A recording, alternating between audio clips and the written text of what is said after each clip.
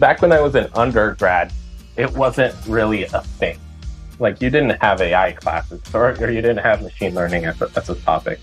But in the 2-3 years that had passed by the time I got to Stanford, I think the academic and the intellectual promise of machine learning had become evident.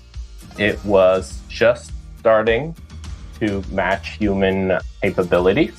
What the potential would be, I think, despite how hopeful it felt at the time, I think expectations have been blown so far. I don't think I expected AI to become as big as it has. I don't think anybody really. And at the time, we felt like we were very bullish on AI. It was pre-pandemic, all live, all exciting. And I was just bullish and excited to get my feet wet and learn everything that I could.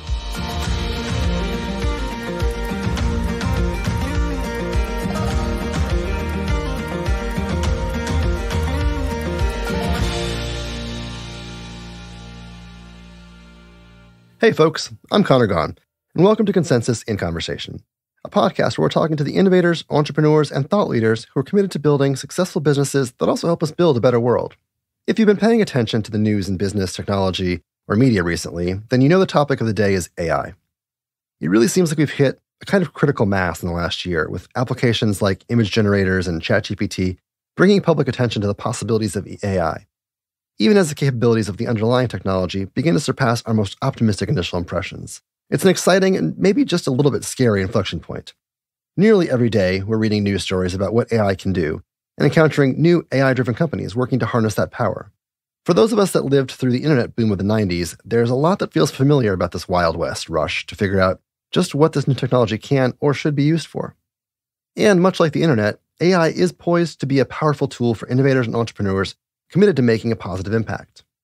Many of our biggest global challenges, like climate change, are massively complicated. Researchers can devote entire careers to understanding just one small facet of the huge and interconnected web of cause and effect that make up these problems. Solutions need to take into account an immense number of variables to ensure that they are not only successful, but equitable for everyone.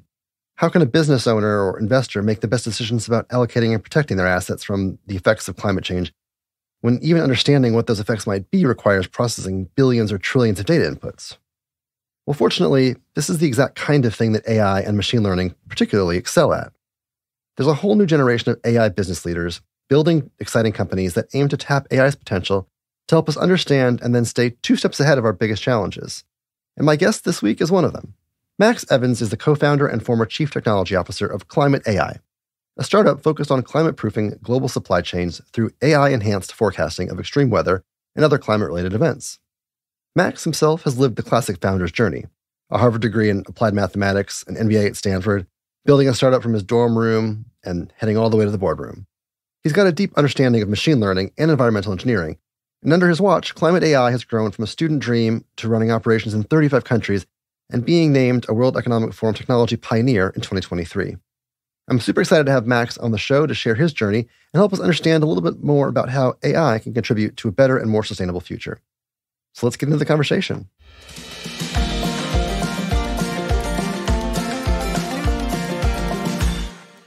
So let's just start at the beginning. Tell us a little bit about yourself. I'm Max Evans, current CEO of ClimateAi. I'm originally from Ecuador, grew up in a pineapple farm. So my family farms pineapple at an industrial scale. When I turned 18, moved to the States, went to study my undergrad at Harvard University, studied applied math, then went to Stanford, where I did an environmental engineering master's and met my roommate, Himanshu Gupta, and we started ClimateAi. Let's talk a little bit about the beginning there. Growing up on a farm in kind of an agricultural industry, how do you think that shaped your perspective, your worldview when it comes to understanding the climate and land? And I have to imagine it was an integral part of that. Yeah. I think it definitely gives you a unique perspective into food security, into just the work. You really get to see what gets put into creating the food that ends up going into the plate, the year and a half that it'll take to make a single pineapple, and also around the fragility of it in terms of climate. If there was a particular event, like it gets too hot and you get natural blooming, then your whole crop could get bloomed and it'll come out off market season, off season, or it'll all come out at once. So then your livelihood could be really affected. It's a particularly fragile system, and there's still a lot to be done to help both the climate, to help food security, and to help people's livelihoods. What was it about Harvard that pulled you, and why'd you decide to do that? It was well known. It was very the prestige, the financial assistance, definitely. And I was able to visit when I initially applied. It was just a like far off dream. It really wasn't until I arrived, until I met my roommates at Harvard, who then became my best lifelong friends, that I really understood how great it was, both the experience, the university, their very unique way of putting people into Harry Potter-like houses. Wait, which house were you in? I was in Leverett, the bunnies. Okay. The rabbits. I was a Kirkland houser. So yeah, and I think it wasn't until I experienced that community that I really understood what I've gotten myself into. Yeah, the way the mythology manifests is so interesting. I mean, I remember like that walk through the gates, I think just a random Tuesday on the way to class and looking around and thought, this is it. Like, this is actually what I'm doing. This is real. This is not make-believe. Yeah, exactly. Now, I was not an applied math major. So tell us what that entailed. I took exactly one math class. I loved it, but only one at Harvard. So tell us what it was like to be an applied math major. Why was that your path? It wasn't. Initially, I was going econ. So the first year, I got into econ classes, and I just found that what I loved the most of it was actually the math behind it. I actually took the placement test, and turned out I was very behind. I started like on the very rock bottom, like then worked my way up all the math classes, but just the way they teach it, the support they gave you, it was just fantastic throughout. Then I actually needed to work to support myself and got the magnificent opportunity to work on computational mathematics and TA. And it was actually a very initial machine learning class around unsupervised learning, around matrices, transformations, and how we could get computers to understand the world through linear algebra.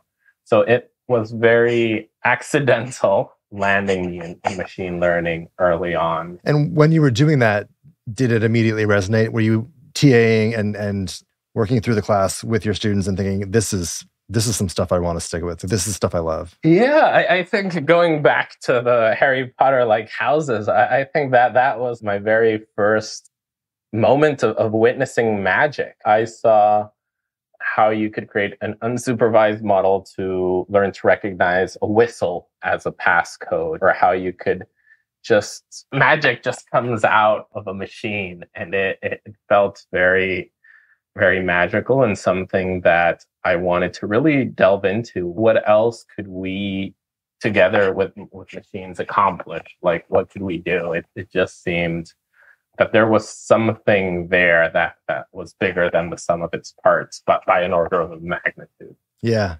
It really, I mean, magic is such an interesting way of describing it. And I think the idea of describing this machine learning, unsupervised learning era as magic is really apropos. And I think it resonates with a lot of people who have tried it, done a prompt in GPT, or watched, an entire image or deck be built on their, with a simple line of instructions. It feels magic to a lot of people, I think. So in between Harvard and grad school, you tried your hand at your first startup. So tell us about that.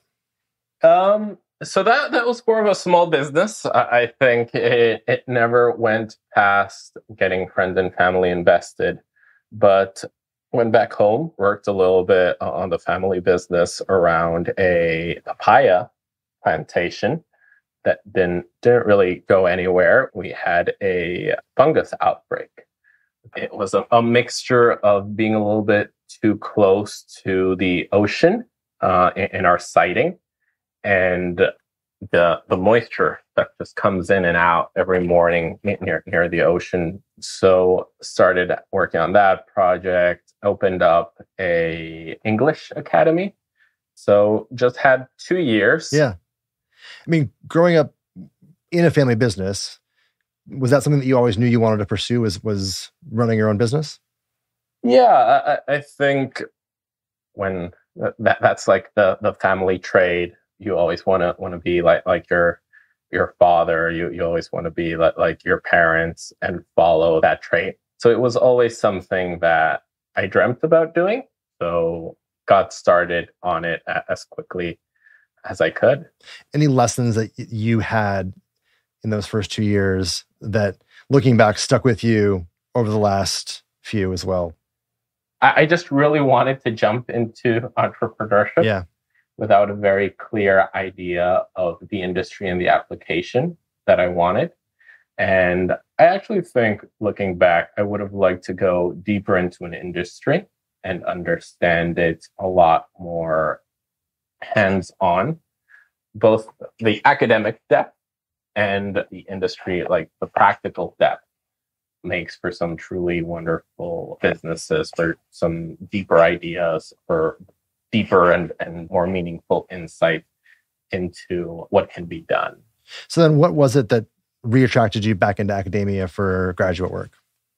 So I think to gain that depth, I enjoyed agricultural work. I enjoyed building markets for the developing world, connecting smallholder farmers with broader international markets. I enjoyed the educational experience, but I still had, I felt, too superficial of an understanding. And I wanted to both go deeper into my applied math work and into data science, as well as go deeper and get a deeper understanding of businesses and get an MBA and collaborate with other people. Yeah. And set the stage for us of what Stanford was like at that time, vis-a-vis what we now know of the machine learning environment to be. What was it like then? What was being talked about? What was being studied? What was being worked on? Obviously, Stanford is the heart in a lot of ways of where a lot of this technology originates. So what was the campus environment like when it comes to AI and at that moment? Yeah, I think there was the intellectual and academic promise became evident of machine learning. I think because back when I was an undergrad, it wasn't really a thing. Like, you didn't have AI classes, you had computational mathematics, or you didn't have machine learning as a topic. But in the 2-3 years that had passed by the time I got to Stanford, I think the academic and the intellectual promise of machine learning with Fei Li's ImageNet and the ability of computers to understand and detect an object in an image had become evident. It was just starting to match human capabilities. There was a lot of promise on that side. I think on the business side, it hadn't really exploded outside of optimizing ads had been the the first real use case. Yeah, the big first use case. But there were starting to be some early hints that it would be big in the venture capital. People started investing in it, that it could actually be applied to multiple areas. What the potential would be, I think, despite how hopeful it felt at the time, I think expectations have been blown so far. I don't think I expected AI to become as big as it has. I don't think anybody really. And at the time, we felt like we were very bullish on AI. So it's been a very interesting journey. And I felt that I also wanted to work in something that was closer to what I knew. So environmental engineering and AI seemed like an incredibly green field. It was pre-pandemic, all live, all exciting. And I was just bullish and excited to get my feet wet and learn everything that I could. And you wanted, you mentioned this, you wanted to figure out that intersection with something new in environmental engineering, being that topic. Did you immediately see the potential or recognize an opportunity, or was it an exploration? Is it a test and learn as you go? No, truly an exploration. People miss the amount of luck or just chance that gets involved. I think by chance, in my very first class at Stanford, I sat next to Himanshu, who would become the CEO and co-founder of ClimateAi, and we started our friendship. He lived a floor above me. We eventually became roommates and eventually started taking classes together and eventually started moving from shared interest to a shared project. We did one of those self-guided classes where together we studied stranded assets, which were how climate change can sometimes change, obviously. And these investments or these mega projects get forgotten or stranded because the environment changed. So it can be in economics, it can be in buildings, it can be in manufacturing. We were particularly focused on energy buildings. Like if you put a big hydroelectric power plant in a dying river, how did that happen? Like, why was such a large investment misplaced? And was there anything that could have been done earlier? So that's where the initial idea started coming in. So you start to see the potential of what's happening in machine learning to assess, maybe predictively understand the potential risks involved in. Yeah. So then we started building like these models of how the Earth is changing and how it could potentially impact assets. And those were the initial models. They've since been enhanced with our own sub-seasonal forecasting, seasonal forecasting, multi-year forecasting, and a machine layer connecting all environmental variables together with economic and business-related variables to help people make decisions. That initially it was all about stranded assets, but eventually it became a lot more about just optimizing decision-making process for land, agricultural investments, processing plants, energy plants. So it grew from the original idea over the years. Starts out, it's just a fun project at school. At what point did you realize you were onto something that could become a viable business? I think it was a lot to do with the people we talked to. I think the excitement around it, the culture at Stanford, very entrepreneurial culture. The professors who didn't just help us with encouragement, but became angel investors. And the university itself, our first grant was the Tomcat grant that helped really power that first mad summer of work and helped fund our first hire. So many factors, but I think one of the beautiful things about the Bay Area, the Stanford community, is that you have this entrepreneurial current. If you're not too careful, you get caught up in these entrepreneurial. And next thing you know, you're a founder of an AI startup. It happens. I feel like it's probably happening a lot these days, coming out of Stanford. So you get this grant, you have your first hire. What was the first project, the first business project that helped kind of validate the operation? Yeah, I think the first business project was around pension funds. We were looking at these large pension funds making 30-year investments, and they weren't really assessing the climate risk of their portfolio. So we helped just analyze, yes, if you have this large amount of money deployed around a hydroelectric energy thesis in the future, what would the climate change say about this thesis? That was one of the initial projects. Very quickly, we found our beachhead market in food and ag as well.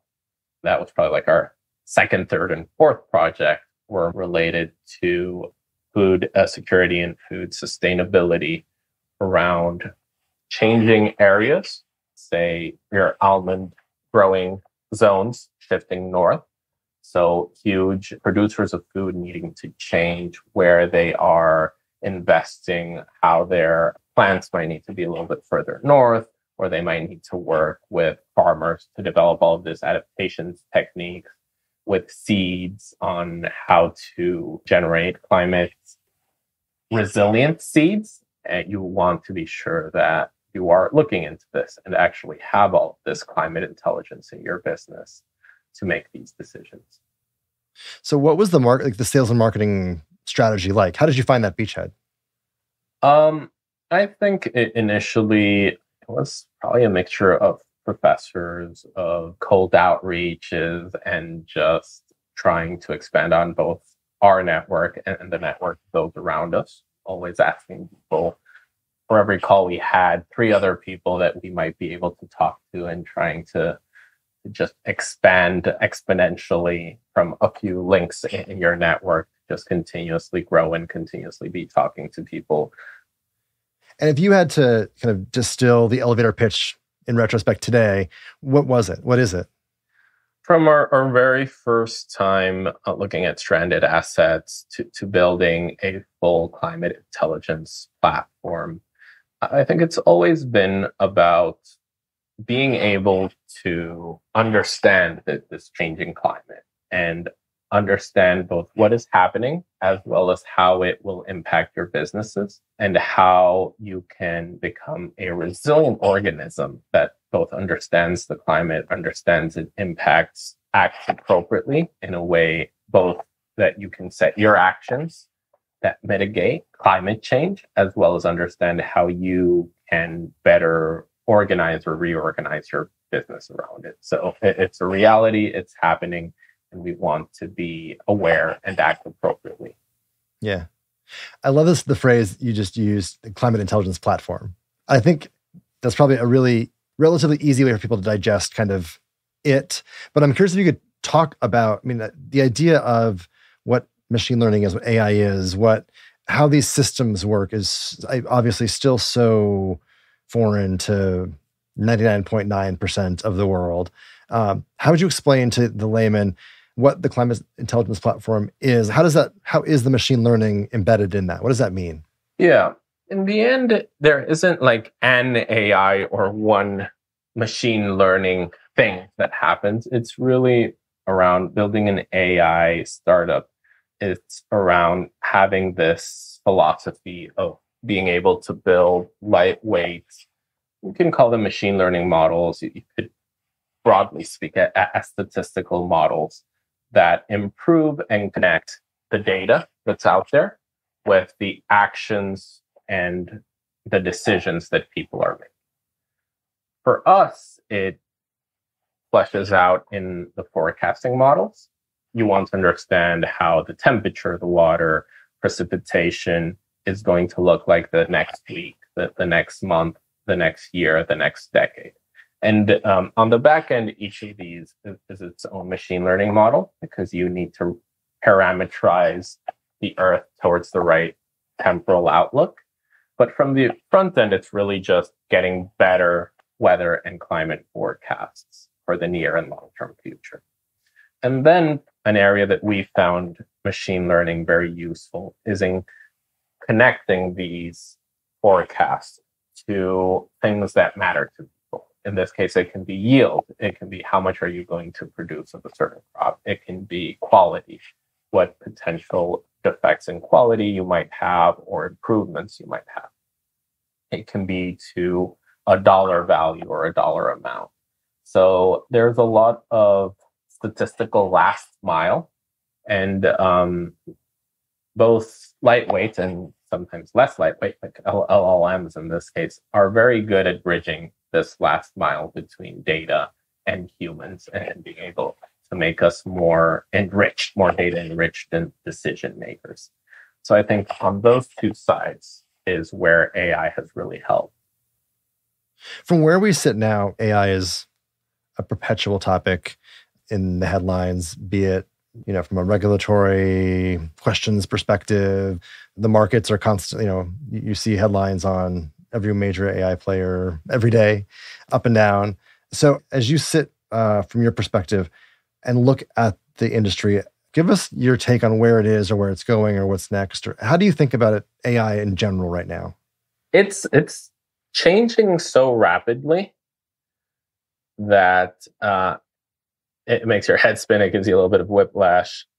And I like to focus on that realm between what's possible and impossible and try to make that near impossible things happen. That's where the most innovative business applications are, from self-driving cars to intelligent machines, intelligent robots. So right now, this is happening a lot around text LLMs. But in the future, I see LMMs, these multimodal models, expanding to allow humans to interact now through not just text, but audio, through video, in space, through multiple agents. So it's going to start growing outside of its early confines of a large language models to a more very initial, generally applicable AI. And that's exciting. I think exploring the boundaries is going to be a perpetually exciting topic. A lot of businesses, a lot of impact in the economy. And it's difficult just constantly analyzing and keeping track of the latest AI potential and threshold of possibility. Yeah. Let's get back to kind of the founding, and, ClimateAi really was built with with a mission and or with a goal, I think, of doing good in the world. So how did you think about your opportunity and role as a company in the broader conversation about sustainability and the changing climate? We've always had a very strong mission of bringing businesses and the environment, climate change closer together, help them understand each other, create this bridge that allows for this understanding, that allows for better relations. And that's always been a goal. So we focus a lot on communication, on actually actively being there on LinkedIn, on social media, on different conferences, give what little we know about how the climate's changing, how it impacts food security, and help people understand that. I think we've always wanted to be a very positive voice, and not just voice, but all of our work to focus on the more positive aspects around energy and food security. And I think beyond that, it's also been about promoting a very climate positive culture internally and externally. It's a very self-selecting bunch of us at ClimateAi with just a real passion for the topic. And it really helps when things get tough to have that shared passion and that shared love for what you're doing every day. Yeah. You talk about being a voice in the industry. I'm curious, you've probably seen, thought about, built the models that have told a lot of people a lot about the changing climate in wherever region they are, in whatever discipline they're in, or trying to figure out. I'm curious what you think the data says at a macro level about where we are, where we might be going, where we might have opportunities to mitigate. Like, talk to us about kind of the big picture data around the state of climate. Yeah. So for anyone who's doubting it, climate change is a thing. And it's a general warming of the world. And we need to be aware of it. It's not a homogeneous event. It's not the same year to year. It's not a homogeneous event spatially. It's not the same wherever you are. And the sad part is that on the heterogeneity of it spatially, it tends to impact those communities that are both closer to water, that live on more climate sensitive areas, rather than the most industrially productive areas. There are mitigations. I think that we need to become much more efficient in how we use energy, much more efficient in how we use the limited set of material that Earth is giving us. And where we will land between 2 degrees or 3 degrees will really matter around how well we as a collective humanity can curb our worst desires of consumerism and just spending energy, materials beyond what the earth can sustain. It will be bad. There's no way to sugarcoat it, and it'll be bad heterogeneously. So it'll be much worse for some, and for others, maybe not so much. But especially because of this, we need to think about those who it will impact the most, and try to help. I suspect for a lot of business clients of ClimateAi, it may at its core be partially a risk mitigation, risk management tool or device. And I'm curious, if you talk about the difference between 2 and 3 degrees and what the impacts are, but I'm curious how you think about the risks that we're looking at over the next 10 years. Like, what are beyond? It could be bad or will be bad. Like, are there things that you think about that are tangibles, that we should be aware of? I'll give you an example. So a problem with climate risk is that it can be a multiplier effect on all our other risks. So 2 years back, the main bread zone of the world, it suddenly finds itself in a war, the Russian-Ukraine war, where about a third to a fifth of our wheat production comes from. So suddenly the bread basket of the world is in a political crisis, a war. At the same time, we find ourselves in a pandemic. So we have another crisis. And then on top of it, we have a climate crisis that is causing other breadbasket areas to fail. At ClimateAi, we were working on an Australian seed producer for wheat and sorghum and being able to optimize the production locally in Australia. So we had 3 crises sort of like multiplying each other in a way that would cause famine, a real threat to a collapsing food security at a global level. And being able to then work with a seed producer to optimize the type of wheat seed that they're going to produce for a particular area in a way that year 10% more production could come up and actually help.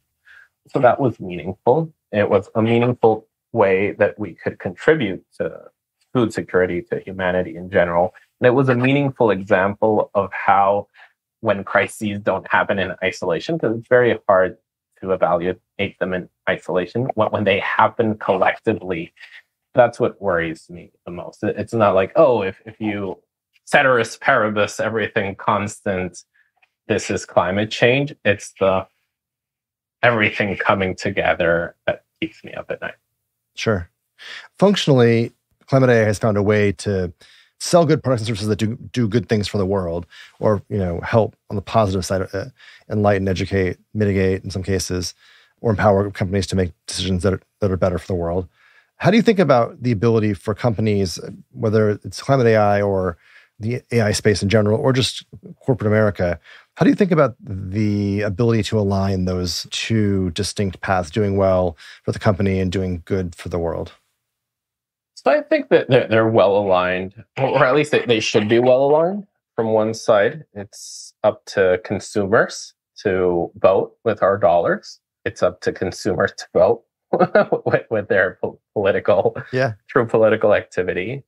I know it gets repeated a lot, but voting with your dollars and going to the ballots are the 2 main ways that we as individuals can impact the world that we want to see, both on the private companies, corporations, as well as on our political ecosystem. Then as companies, there is a potential, there's always an opportunity to take advantage of the blind spots of the world. So I think if you're a company that looks past big faults, be it sexism, be it racism, or be it against this, that we should be able to do good, it allows you to create better businesses, better cultures, just more efficient practices. I don't think any of these isms or these ways that humans hurt both ourselves, our society, and the world are really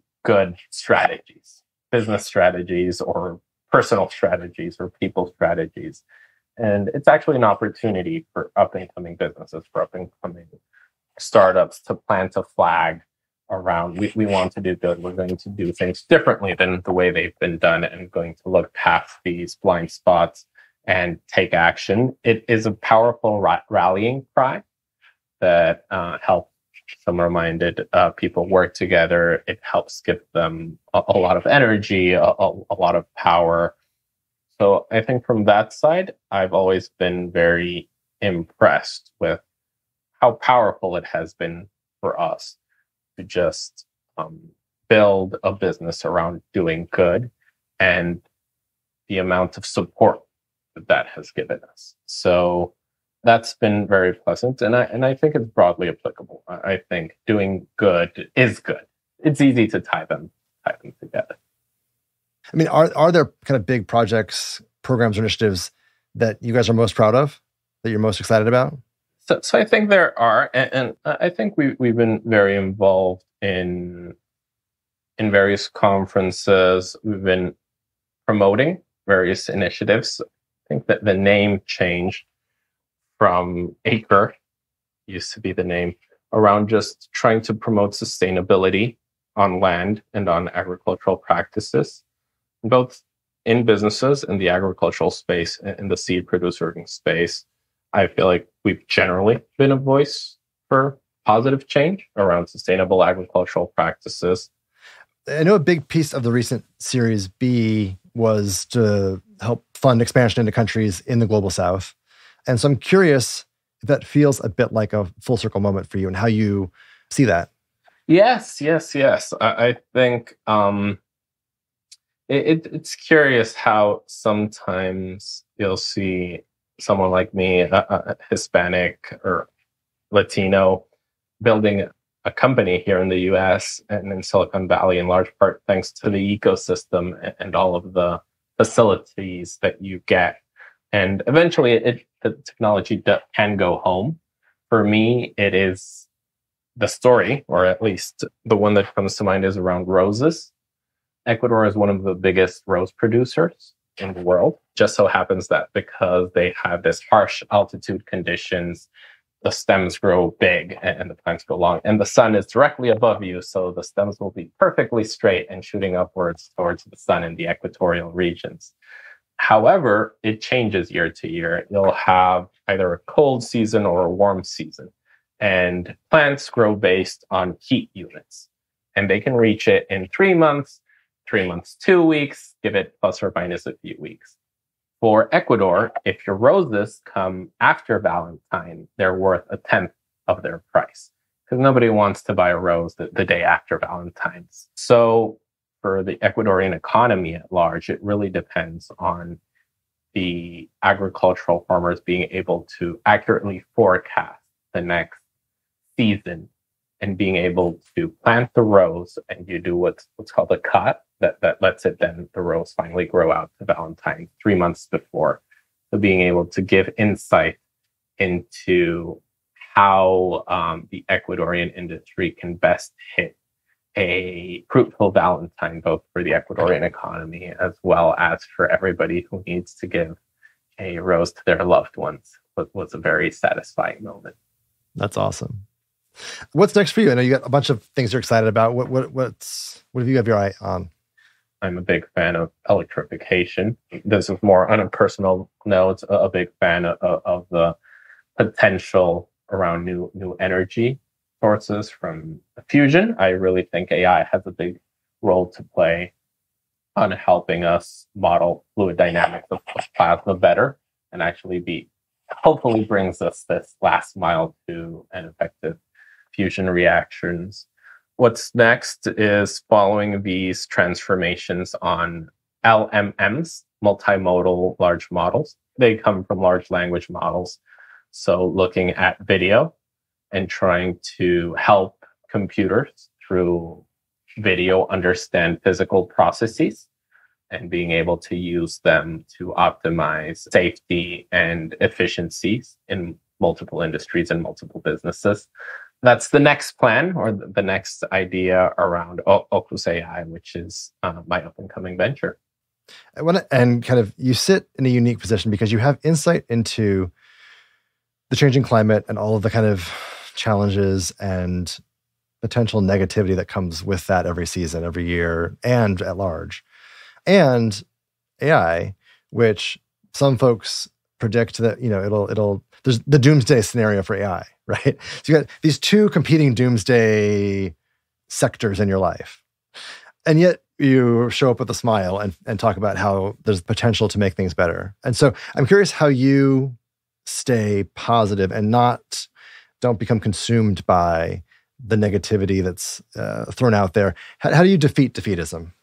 I'm definitely a glass half full type of person, but I think many founders are. yeah. It comes with the role, but I think I have a deep respect and faith for human ingenuity and our ability to definitely mess up in large ways and cause a lot of damage. But at the same time, our ability to work together to actually think of innovative solutions. And I do believe in a natural human desire to do good, to actually build, to be constructive and not destructive, to think and to dream and to try to make something out of those thoughts and dreams that will help us. So I'm in that business of building and dreaming, and it's a nice business to be in. And while I do like chasing the big and hairy problems, I still have a lot of faith in dreams and communities coming together to build things.